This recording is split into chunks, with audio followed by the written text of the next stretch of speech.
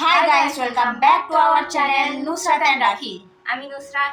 আমি রাখি। তো আবার নিয়ে চলে এলাম আপনাদের জন্য নতুন একটা ব্লগ। তো ভিডিওটা ভালো লেগে থাকলে অবশ্যই লাইক কমেন্ট শেয়ার করবেন। চ্যানেলে নতুন হলে চ্যানেলটা অবশ্যই সাবস্ক্রাইব করবেন। তো আজকের ব্লগটা এখান থেকে স্টার্ট করছি। তো সন্ধ্যাবেলায় এখন একটু রেডি হয়ে গিয়েছি মা আর মেয়ে মিলে রেডি হয়ে এখন যাব একটু বাজারে, ওই মাসকাবাড়ি বাজার করতে।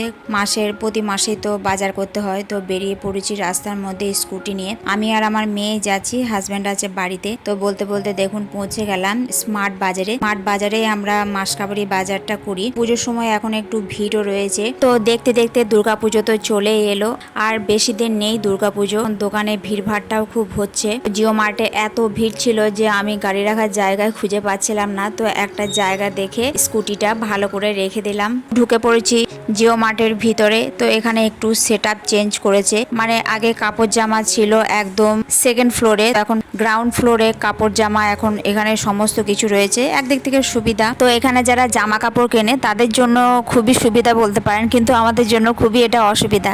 কারণ আমাদের মাস কাপড়ে যে সমস্ত জিনিসপত্র, এটার জন্য একদম যেতে হবে সেকেন্ড ফ্লোরে। আগে গ্রাউন্ড ফ্লোরে ছিল, মানে ঢুকে সমস্ত কিছু পাওয়া যেত। তো যাই হোক, এসকেলেটরে চেপে আমরা চলে এলাম সেকেন্ড ফ্লোরে বাজার করার জন্য। তো লাগবে একটা ট্রলি, খুঁজে খুঁজে একটা ট্রলি নিয়ে এলাম। নিয়ে দেখুন অনেক কিছু বাজার করে ফেলেছি, সমস্ত কিছু। এটা নতুন ধরনের জিনিস দেখলাম, দেখিনি। এটা জিও মার্টে আগে দেখিনি। লাইভ দেখিনি, কিন্তু মোবাইলে দেখেছি। ফিল্মে লাগানো ভালো লাগবে না, আমার চুলে শুট করবে না। বড় চুলের ভালো লাগবে। তোমার ভালো লাগে। তো মেয়ে এখন শ্যাম্পু কিনবে, তাই দেখছে কোন শ্যাম্পুটা ও নেবে, ওটাই নেবে। তবুও দেখছে কোনটা মানে ভালো নেওয়া যায়। সমস্ত কিছু বাজার করা হয়ে গেছে, এবার করতে হবে বিল। তো বিল করতে গেলে যেতে হবে গ্রাউন্ড ফ্লোরে, এসকেলেটর দিয়ে চাপা হবে, কিন্তু নামা যাবে না। নামতে গেলে লিফটে করেই নামতে হবে, সিঁড়ি দিয়েও নামা যাবে না, কারণ এত এত মালপত্র নিয়ে তো সিঁড়ি দিয়ে নামা যায় না। লিফটে করে আমরা নেমে চলে এলাম বিল করতে। বিল কাউন্টারে সেরকম ভিড় ছিল না, তো বিল করে চলে এসেছি। তো এখন এই মালগুলো নিতে হবে স্কুটিতে।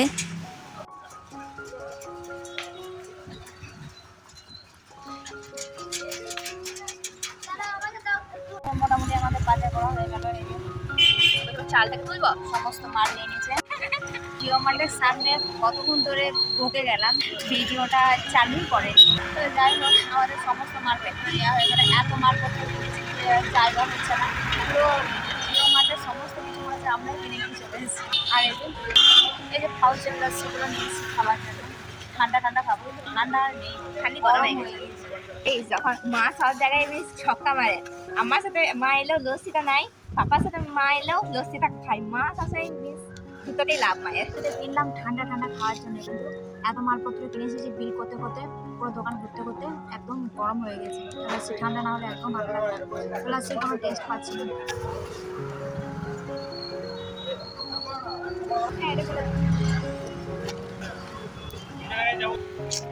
Hi guys, stay tuned for last part. এক্ষুনি পাশ থেকে পুলিশ গেল। ভয় ওই জন্য করে না, গাড়ি ছবি তুলে নেবে তাই। আপনাদেরকে রাস্তা দেখাই, তার সাথে আমার মুখখানে দেখেন, আমার মুখটা বেশি সুন্দর রাস্তা থেকে। এখন আমরা যাচ্ছি বাড়ি। আমি আর আমার মেয়ে এসেছিলাম বাজার করতে, অনেক কিছু বাজার করে ফেলেছি। এখন রাত বাজে 9টা, 9:30। 9:30 বেজে গেছে। আমরা প্রায় এসেছি 7:30 সময়। 7:30। 7:30 না 7টা এরকম হবে, 7:30 হবে। গাইস অবস্থা দেখেন, গাড়ি চালাতে চালাতে ফেলে দিয়েছে।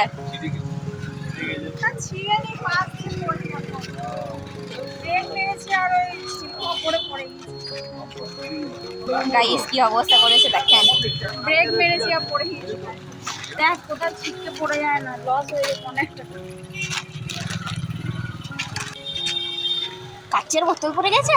আর হাতে যায় না তো না, আমার নিউজ হয়। এই তো নিউ তেলে ভালো করে পড়েছে। কাঁচের বোতল ভেঙে গেল। নিউ তেলে একদম ঢাকনার উপরে পড়েছে।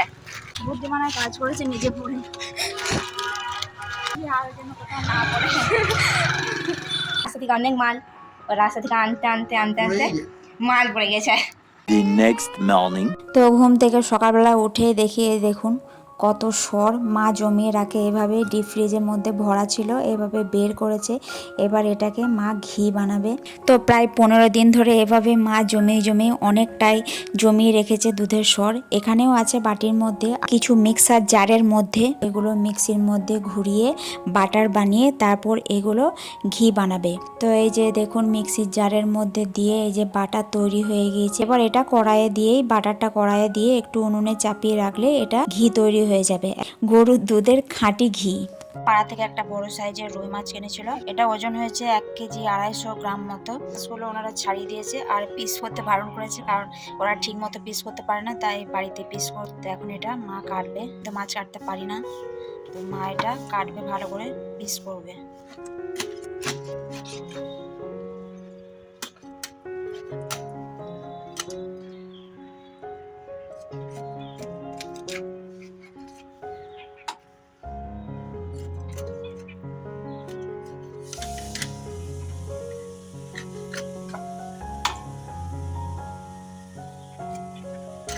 অনেকগুলো পিস বেরিয়েছে, এটা হচ্ছে পেটি।